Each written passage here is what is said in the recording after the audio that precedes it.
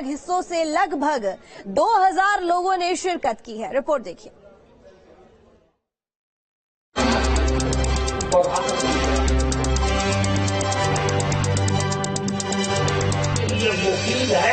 देवबंद में जमीयत उलेमाए हिंद ने सम्मेलन बुलाया। इस सम्मेलन में यूपी के अलग अलग हिस्सों से लगभग 2000 लोगों ने शिरकत की है। सम्मेलन का पहला सत्र सुबह 9 बजे से दोपहर 1 बजे तक, जबकि दूसरा सत्र 3 बजे से 5 बजे तक। इस दौरान अलग अलग 8 प्रस्ताव रखे गए।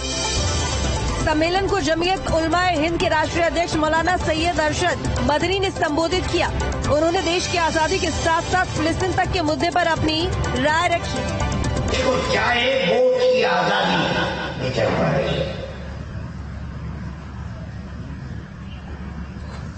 दुनिया जाती है, मैं उसके ऊपर नहीं चलता हूँ।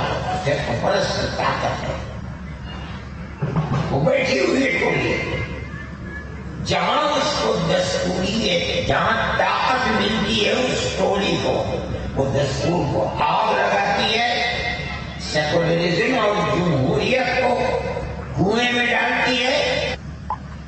अगर इस्राइल ने बमों की बारिश करके हजारों बच्चों को कत्ल कर दिया,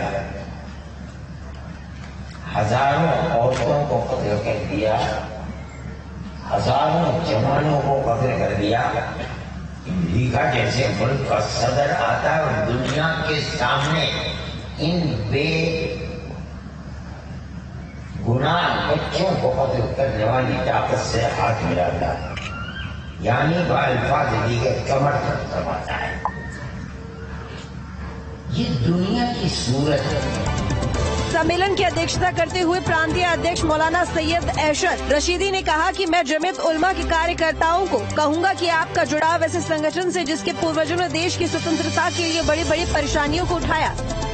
सम्मेलन में मुस्लिम समाज में सुधार, मुसलमानों के लिए शिक्षा में सुधार और सांप्रदायिक संबंधित मामलों पर चर्चा की गई।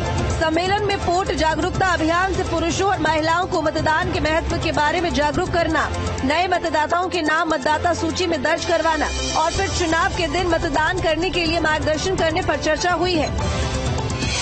बैठक में पश्चिमी उत्तर प्रदेश के 17 जनपदों की मजालिसे मुंतजिया के सदस्यों ने भाग लिया। इजलास में आए कार्यकर्ताओं को जमीयत उलमा की सोच और फिक्र और कार्य प्रणाली से अवगत कराया गया और अतीत के उज्जवल इतिहास को प्रस्तुत करने के साथ साथ वर्तमान कार्यों को भी बयान किया गया और भविष्य की कार्य योजना प्रस्तुत करते हुए प्रोग्राम को अमली जामा पहनाया गया।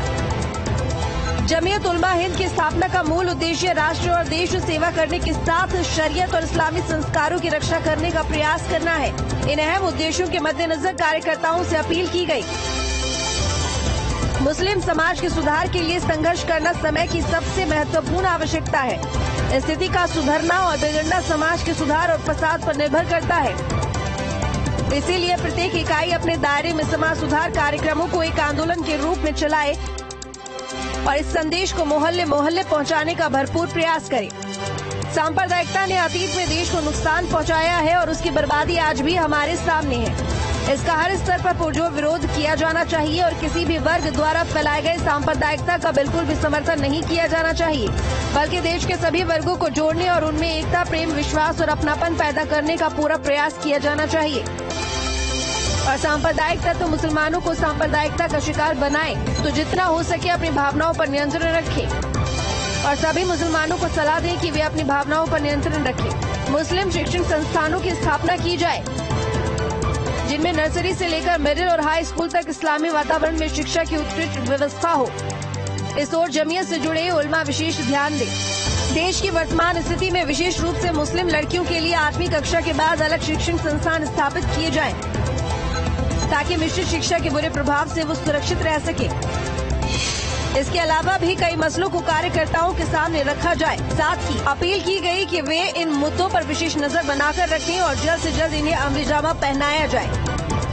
देवबंद में जमीयत उलेमा हिंद का एक दिवसीय सम्मेलन का आयोजन किया गया है, जिसमें मुस्लिम लड़कियों के अलग से शिक्षण संस्थान सहित कई अन्य प्रस्ताव उसमें रखे गए हैं। करीब 8 प्रस्ताव जमीयत उलेमा हिंद की ओर से उसमें रखे गए हैं, जिसमें से 5 प्रस्तावों पर मोहर भी लगाई गई है। वहीं जमीयत उलेमा हिंद के राष्ट्रीय अध्यक्ष मौलाना अरशद मदनी भी सम्मेलन में पहुंचे, जहां उन्होंने संबोधित करते हुए इजराइल और फिलिस्तीन के बीच छिड़ी जंग को लेकर भी बड़ी बातें कही हैं। Matin Khan, News State, Deoband. चलिए अब